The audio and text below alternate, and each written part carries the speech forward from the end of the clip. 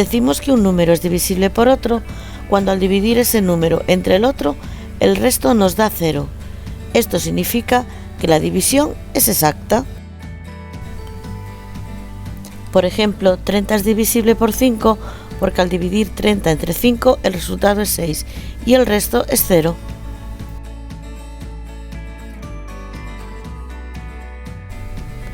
Pero hay unas reglas llamadas de divisibilidad que nos permiten saber si un número es divisible por otro simplemente con aplicarlas y sin hacer la división.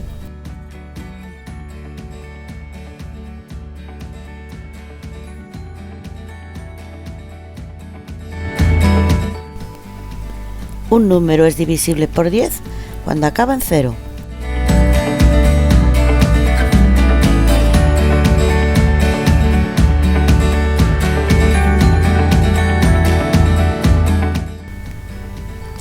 $250 es divisible por 10 porque acaba en 0.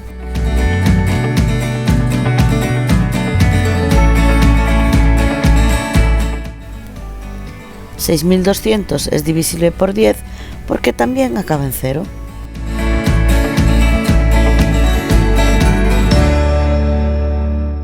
$983 no es divisible por 10 porque no acaba en 0.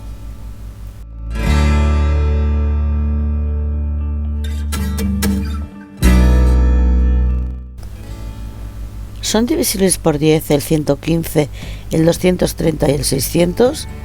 Dime el por qué.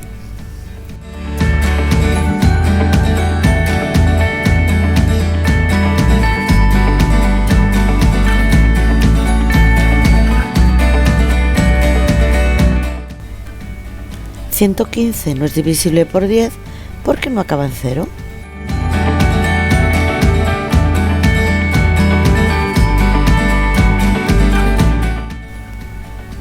$230 es divisible por 10 porque acaba en 0.